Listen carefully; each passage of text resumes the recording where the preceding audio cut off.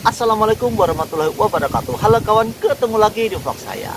Nah, sebelumnya saya ucapkan terima kasih buat teman-teman udah klik video saya.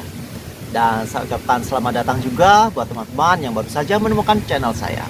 Semoga dengan menyimak konten-konten saya ini seputaran TKI, seputaran pengalaman saya yang saya bahas, bisa bermanfaat buat teman-teman. Ya, paling tidak bisa memberikan informasi ya buat teman-teman yang saat ini sedang di PT, sedang nunggu job, ataupun yang belum dapat job, yang mau berangkat ke Taiwan. Saya doakan semoga dilancarkan untuk prosesnya. Oke, untuk video kali ini saya akan menjawab, kemarin ada pertanyaan ya dari salah satu subscriber. Itu bertanya, Mas, gaji di Taiwan itu sebenarnya berapa sih? Kok katanya ada yang gajinya gede, ada yang gajinya kecil, ada yang sukses, ada yang tidak. Nah, di sini akan saya bahas di sini. Nah, semoga ini bisa memberikan informasi buat teman-teman agar tidak terjadi kesalahpahaman ya. Katanya gajinya kok kecil, katanya gajinya gede gitu.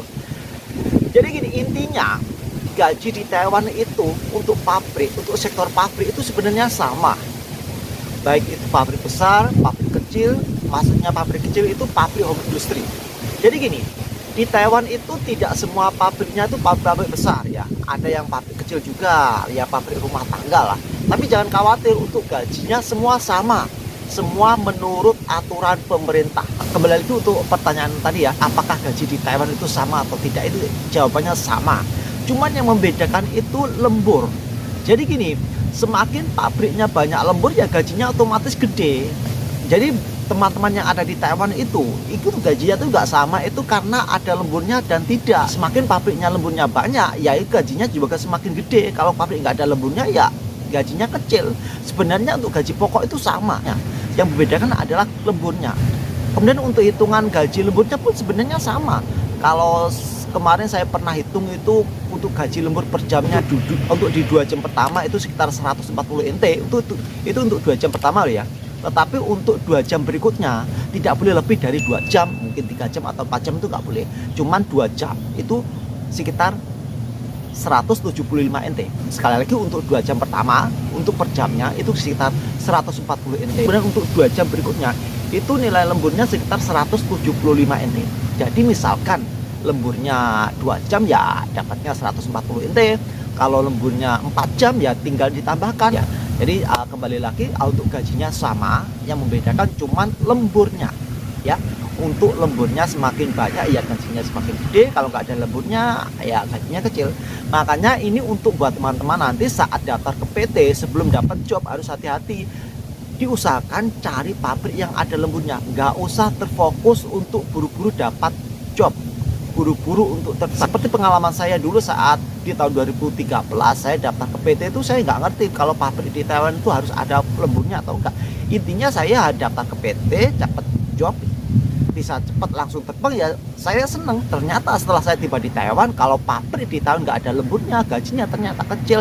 Ya alhamdulillah, meskipun dulu tuh saya nggak ngerti kalau kerja ke Taiwan tuh harus ada lembur, ya ternyata pabrik saya ada lemburnya. Ya alhamdulillah ya, nasib baik saya di Taiwan di tahun 2013 kemarin ya, ternyata pabrik saya juga ada lemburnya. Ya, jadi sekali lagi buat teman-teman nanti saat daftar ke PT harus hati-hati, jangan fokus terburu-buru untuk cepat dapat job, bisa cepat berangkat ke Taiwan, tetapi harus dipikirkan dulu pabriknya harus ada lemburnya. Karena apa?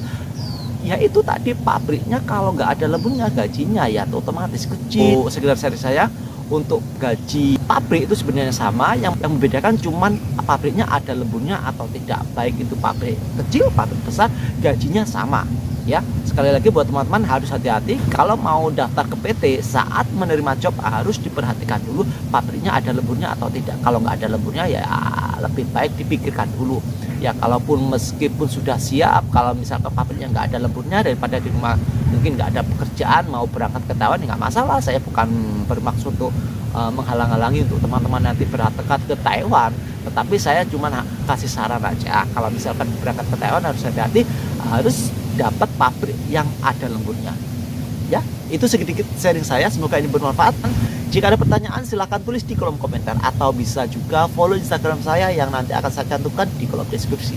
Ya gitu aja ya. Wassalamualaikum warahmatullahi wabarakatuh.